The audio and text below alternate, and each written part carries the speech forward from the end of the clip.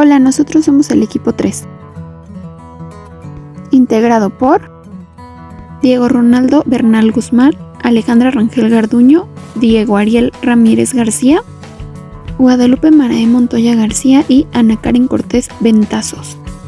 En este video hablaremos sobre el habla, la lengua, el lenguaje y la infodemia.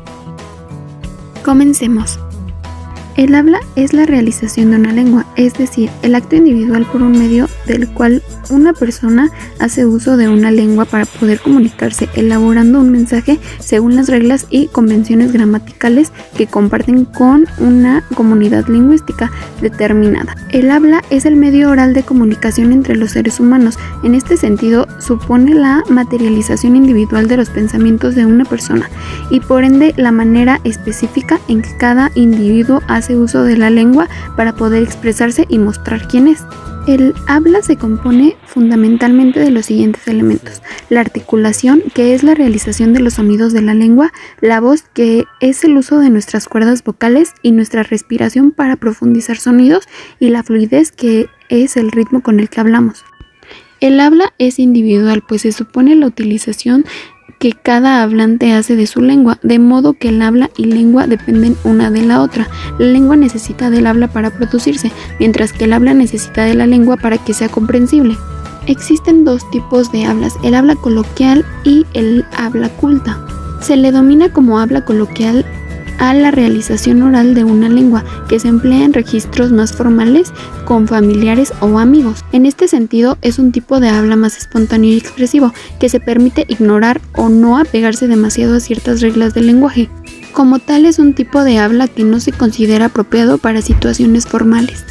Por otro lado, se le denomina habla culta a la realización oral de la lengua que más se apega a la llamada norma culta, que es usada por lo general en situaciones formales de habla. En este sentido, es un tipo de habla más cuidado, que evita incorrecciones y que es fundamentalmente usado en conferencias, clases magistrales, locuciones públicas o medios de comunicación. Un ejemplo de esto sería una conversación entre dos personas, un diálogo entre Alejandra y Fernando. Alejandra: hola Fernando, ¿cómo estás? Acabo de ver a tu mamá. Fernando: muy bien, ¿qué platicaste con mi mamá? Alejandra: hablamos sobre el precio de la comida, pues está subiendo mucho. Fernando: sí, ¿verdad? Y cada vez nos alcanza menos el dinero, sobre todo con la carne. Alejandra: espero comprar toda la despensa antes de que suban más el precio. Fernando: hay que adelantar las compras de Navidad porque subirá más. Alejandra: es lo mismo que me dijo tu mamá, que adelante mis compras porque subirá muchísimo. Fernando: ¿y en qué trabajas o qué estás haciendo? Alejandra: ahora soy ama de casa, aunque sigo trabajando en la empresa de mi familia. Fernando: vendían artículos de belleza, ¿verdad? Creo que tenían un salón. Sí, y ahora tenemos una estética al lado de la casa de donde yo vivo con mi esposo y mis dos hijas. Fernando: yo trabajo de soldador en la fábrica de coches y me ha ido muy bien. Alejandra: me ha dado muchísimo gusto verte otra vez, pues siempre te desapareces. Fernando: es por el trabajo, me absorbe muchísimo. Alejandra: pues bueno, nos vemos después, espero que nos sigamos viendo. Fernando: bien, me saludas a toda tu familia. Alejandra: igualmente, nos vemos pronto. El ejemplo mencionado anteriormente fue sobre el habla coloquial.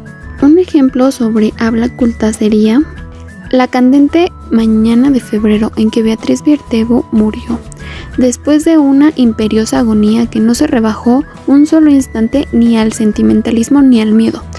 Noté que las carteleras del fierro de la Plaza de Constitución habían renovado no sé qué aviso de cigarros rubios. El hecho me dolió, pues comprendí que el incesante y vasto universo ya se apartaba de ella, y que ese cambio era el primero de una serie infinita. Otro ejemplo de esto sería: señoras y señores, tengo el agrado de dirigirme a ustedes para hacerles saber que nuestra compañía se encuentra atravesando uno de los momentos más fructíferos desde que fue fundada, allá por el año 1940 por la familia O'Donnell. Y por último ejemplo: la tercera ley de Newton establece que siempre que un primer objeto ejerce una fuerza sobre un segundo objeto, este ejerce una fuerza de igual magnitud y dirección, pero en sentido opuesto sobre el primero. El habla no sería nada sin el lenguaje y la lengua, al igual que estas sin el habla. A continuación mis compañeros explicarán qué es el lenguaje y la lengua. La lengua. Lengua es igual a idioma. Dentro del lenguaje se encuentran todas las lenguas o idiomas, incluyendo la totalidad de los dialectos. Se diferencia de otros sistemas de comunicación porque es más eficaz y precisa, además de ser exclusiva de los seres humanos. Es un sistema de comunicación verbal y escrito dotado de convenciones y gramaticales, empleado por las comunidades humanas con fines comunicativos. O sea, la lengua está empleada por los humanos con fines solamente para comunicarnos y entender qué queremos expresar entre nosotros. Usualmente está basada en símbolos sonoros, pero también puede estar constituida únicamente por signos gráficos y regido por un conjunto de normas según las cuales está permitido combinarlos. Por ejemplo, hay personas que se expresan mediante la lengua de hablar con los sonidos de nuestra boca y también se expresan con el cuerpo. Cada hablante conoce el código de su lengua y lo emplea para comunicarse. Es producto de una convención social y constituye una herencia cultural. Se adquiere de manera natural y todas las personas estamos capacitadas para aprender cualquier lengua. Son los idiomas empleados por las diferentes comunidades lingüísticas. La lengua es una entidad abstracta. Una sociedad determinada puede conocer y emplear la misma lengua. Y la lengua es de carácter social. La lengua hablada, empleada con sonidos y cumple una función comunicativa inmediata. Generalmente es un lenguaje espontáneo que el emisor puede rectificar lo dicho y el receptor está en la posibilidad de comprender el mensaje en el mismo momento de la emisión. Cada país, zona o región se distingue por tener una propia lengua o idioma que hoy en día existen alrededor de 4.000 y 6.000 lenguas habladas en todo el mundo. Cada idioma posee un sistema de códigos muy propios y en algunos casos existen dialectos o expresiones que no son establecidas de manera lingüística o profesional, sino que son variantes de alguna lengua mutante, como por ejemplo aquellos países que tienen zonas aborígenes. Su expresión hablada en este caso tendrían el nombre de dialectos, o sea, las lenguas con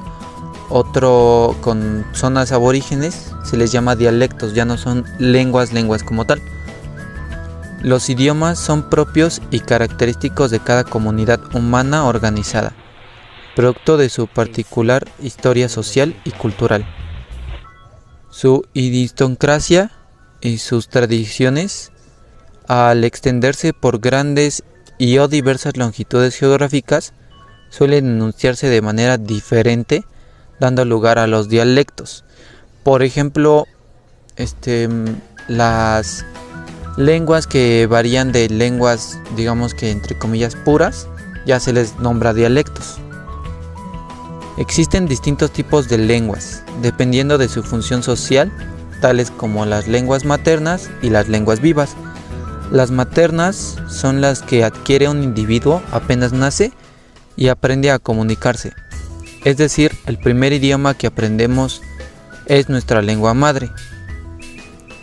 Las vivas son aquellas que se hablan y se mantienen activas, se actualizan con el tiempo y poseen hablantes nativos y están por ende en constante uso. Las lenguas muertas. En cambio, las lenguas muertas carecen ya de hablantes y no se actualizan jamás, sino que pertenecen como un hecho histórico, una pieza de museo lingüística que ya nadie las habla. Por ejemplo, la lengua del latín antiguo, así es el primer latín que se originó, si no mal me equivoco, en Roma. Ese latín ya es una lengua muerta y es muy difícil de pronunciar, ya de hablar y de entender. para nuestra actualidad, porque el latín se ha ido modificando a diferentes lenguas alrededor de todo el mundo. Entonces el latín puro como tal, entre comillas, ya es una lengua muerta. Las lenguas oficiales son aquellas elegidas por un país o una sociedad humana, organizada como representativas de su comunidad, y por ende serán empleadas en las comunicaciones oficiales y burocráticas. Las lenguas litúrgicas, que son aquellas que solamente se utilizan para tipos específicos de eventos. Esas lenguas se utilizan normalmente para actos o rituales, ya sea como el latín en caso de celebraciones religiosas católicas o algunas religiones antiguas, por ejemplo, pues si todavía hay creyentes de los dioses antiguos aztecas, puede que utilicen esas lenguas litúrgicas para hacer los rituales antiguos. Y las lenguas autóctonas, las cuales son las que pertenecen a una región geográfica o humana determinada y no han atravesado procesos de fusión, transculturación o sincretismo. Es lo más semejante a una lengua pura, si es, por si se puede decir así, y si es así, que eso puede existir. Y también hay familias de lenguas, las cuales existen en todo el mundo, organizadas por una serie de familias, ya sea de grupos que comparten origen y elementos propios. Hola, yo soy Guadalupe María Montoya García y yo les vengo a hablar del lenguaje. ¿Qué es el lenguaje? El lenguaje es un sistema de signos a través del cual los individuos se comunican entre sí. Estos signos pueden ser sonoros, corporales o gráficos. En términos generales, se puede decir que la función del lenguaje es posibilitar la comunicación entre los sujetos, sea que trate de ideas, sensaciones o sentimientos. El lenguaje tiene distintas funciones, las cuales presentaré a continuación. La función apelativa ocurre cuando el emisor espera una respuesta del receptor. La función fática o de contacto es la que valida la recepción o comprensión del mensaje recibido. La función referencial, representativa o informativa pretende dar información sobre un asunto particular. La función emotiva, expresiva o sintomática procura expresar los estados de ánimo o los deseos. La función poética o estética ocurre cuando el propósito es construir un discurso formalmente bien logrado. Y la función metalingüística es cuando el lenguaje se usa para explicarse a sí mismo, como la gramática. Características del lenguaje. Es una capacidad innata del ser humano, por lo tanto, es universal. Es racional. En sus formas concretas, el lenguaje es aprendido en el seno de una cultura o por medio de la experiencia. Resulta de un proceso de codificación, se presenta mediante sonidos, signos, gráficos o signos corporales. Permite intercambiar información entre dos o más individuos. Es flexible, es decir, se modifica según las transformaciones en el entorno sociocultural. Ahora mencionaré los tipos de lenguaje. Existen diversas formas de clasificar el lenguaje, dependiendo de ámbito de interés. Está el lenguaje verbal, el cual se refiere a todas las formas de lenguaje que hacen uso de la palabra. Y el lenguaje no verbal abarca las formas de lenguaje que se expresan mediante recursos diferentes a la palabra, como el lenguaje no verbal facial. Este se refiere a los gestos faciales que comunican impresiones o estados de ánimo. Y el lenguaje no verbal kinésico o lenguaje corporal. Este se refiere a las acciones corporales que transmiten mensajes. Por ejemplo, los diferentes modos de sentarse o de disponer los brazos durante una conversación. Y el lenguaje no verbal proxémico. El lenguaje proxémico es aquel referido a la significación otorgada al uso del espacio físico y la distancia entre los sujetos durante el acto de la comunicación. El lenguaje cotidiano o lenguaje informal es el utilizado en la comunicación interpersonal en contextos de confianza y horizontalidad en las relaciones sociales, por ejemplo, entre la familia o el círculo de amistades. Se habla también del lenguaje coloquial, donde se acepta el uso de onomatopeyas, oraciones cortas, repeticiones, redundancias, entre otros. El lenguaje formal es aquel que tiende a formas de cortesía en contextos donde existe jerarquía o donde los sujetos establecen comunicación por primera vez. Este tipo de comunicación persigue garantizar la buena receptividad a los mensajes que se transmiten. El lenguaje técnico. El lenguaje técnico es aquel lenguaje propio de un determinado ámbito, ya sea académico, institucional o laboral, o un lenguaje especializado en una materia, cuyo uso es frecuente entre los miembros de una determinada comunidad profesional. Y por último, el lenguaje denotativo y connotativo. El lenguaje denotativo es aquel lenguaje que se usa para expresar las cosas con claridad sin utilizar ninguna simbología. El lenguaje denotativo se refiere a un hecho, situación, dato de manera directa. En cambio, el lenguaje connotativo es aquel que comunica informaciones o sentimientos de forma figurada o simbólica. Mi nombre es Diego Ronaldo Bernal Guzmán y a continuación les hablaré sobre la infodemia. ¿Qué es la infodemia?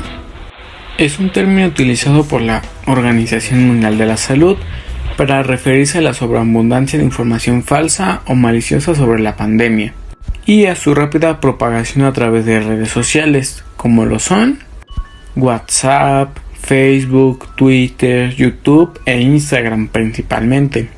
En otro término, es una práctica que genera pánico o promueve conductas incorrectas. ¿Por qué se produce la infodemia? Se puede producir por tres grandes causas. La primera causa es la lógica de la incertidumbre, donde se producen más preguntas que respuestas, como al principio de la pandemia, que desconocimos por completo el tema del COVID-19. Existía mucho miedo y teníamos demasiadas preguntas sin resolver, que afortunadamente con el tiempo se fueron resolviendo todas las preguntas que teníamos.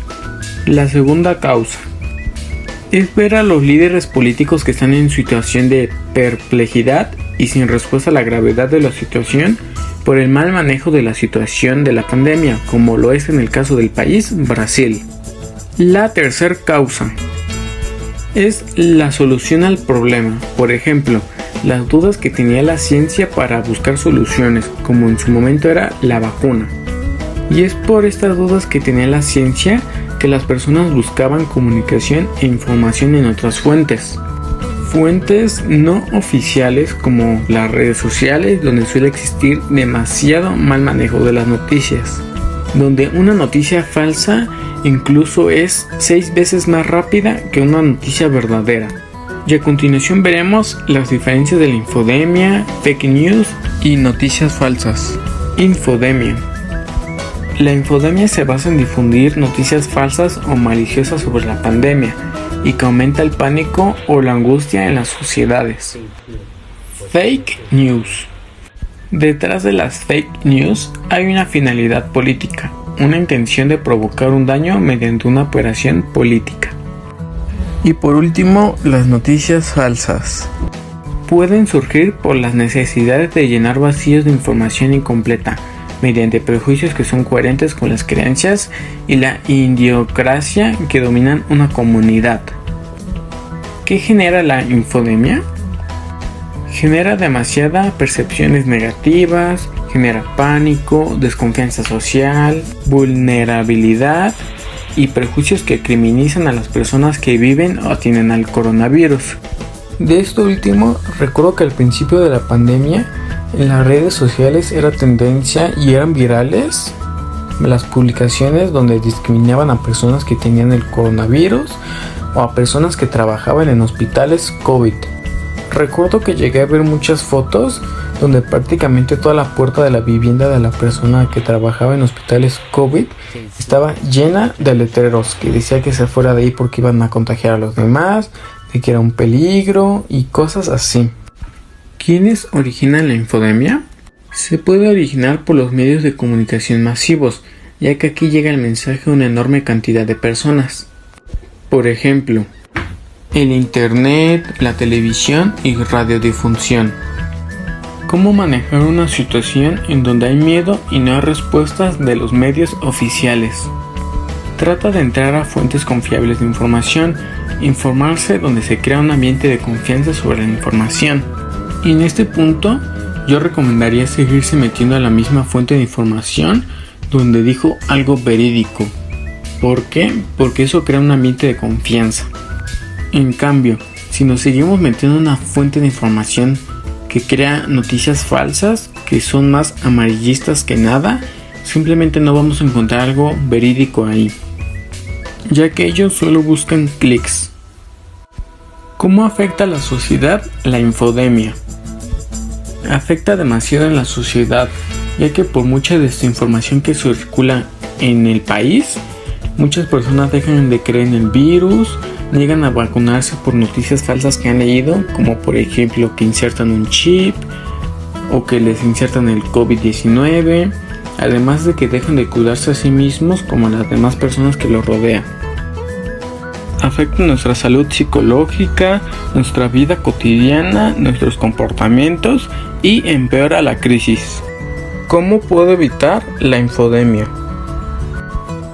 Tenemos que meternos a los medios que son serios, a los que generan confianza con la información que nos brindan, para nosotros replicar la información, es decir, para nosotros compartir la información en nuestro muro de Facebook, con nuestros amigos, con nuestra familia, con nuestra pareja, y asimismo compartimos noticias verdaderas y no noticias falsas. Tenemos que utilizar fuentes confiables, fuentes que tengan credibilidad, no saturarnos de información, ya que genera más ansiedad y más miedo, ya que esto no se resta. Las redes sociales las debemos usar para brindar información verídica y no publicar en nuestros muros información que no podemos comprobar para no generar más miedo en las personas. Y otro punto más es verificar en muchas fuentes de información para confirmar una noticia, es decir, no quedarnos con una sola fuente de noticias. ¿Era más fácil vivir las crisis antes de contar con redes sociales? Claramente que sí, ya que creíamos solamente lo que decía la televisora o radio y no teníamos otras herramientas para buscar más información. Los medios de comunicación tradicionales compiten en la supercarretera de la información donde reinan las redes sociales. Ambos vehículos, la infodemia puede ser un pasajero más. Ante cualquier tema buscamos respuestas y datos confiables en internet, pero nada más nos encontramos con publicaciones que contribuyen a una pandemia paralela, o sea, la infodemia. Si bien el fenómeno infodemia no es nuevo en la actualidad, se ha hecho presente a causa de la pandemia por el COVID-19. Sobreabunda la información, en algunos casos verdadera, en otros falsa, hasta donde puede afectarnos. Desde el inicio de la pandemia COVID-19, La desinformación en todas sus formas alimenta una gran teoría conspirativa, según la cual la pandemia fue planificada con distintos fines, que va desde el control social, la eliminación de una parte de la población o el negocio de la farmacéutica. Estas teorías conspirativas es conocida como pandemia. Quienes sostienen el conocimiento de la pandemia continúan echando mano de la desinformación y las noticias falsas para sostener la noción de la pandemia como un acto planificado por algún ente o grupo. En 2021 circularon en las redes sociales del mundo noticias falsas que utilizaron imágenes, videos de Francia donde estaban manifestando médicos, enfermeros, policías y bomberos y entre otros gremios para supuestamente renunciar a sus trabajos y no ser parte de la pandemia. Después fue confirmado de que era falso, ya que esos videos se hicieron virales antes que empezara el COVID en Francia y no tenían que ver nada con la emergencia sanitaria. La pandemia no es la única teoría conspirativa que ha surgido en el mundo con base con noticias falsas o desinformación. Otras teorías conspirativas en torno a la pandemia que circulan en las redes sociales del mundo son las que demonizan a la red 5G, afirmando que estas transmiten el virus del COVID-19 y las que demonizan a la vacuna, afirmando falsamente que estas son más letales que el virus, o incluso con la que su aplicación se inserta un chip para controlar a la población, lo cual es absolutamente falso. La Organización de la Salud considera que la infodemia incluye los intentos deliberales por difundir información errónea para socavar las respuestas de la salud pública y promover otros intereses de determinados grupos o personas. La información errónea y falsa puede perjudicar la salud física y la salud mental de las personas, incrementando la estigmación, amenaza los valiosos logros conseguidos en materias de salud y espolea el incumplimiento de las medidas de salud pública, lo que reduce su eficacia y pone en peligro la capacidad de los países de frenar la pandemia.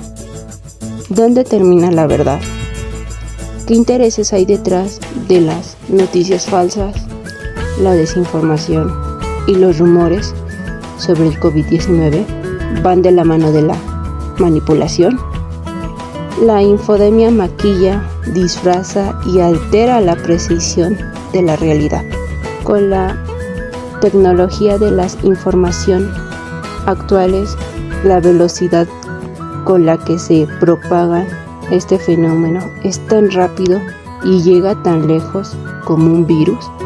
Y nosotros al recibir o buscar información y enfrentarnos a la infodemia, experimentamos miedo y ansiedad y empezamos a dudar de la ciencia, de los profesionales que contienen la pandemia, de los tratamientos e irónicamente recurrimos a alternativas milagrosas.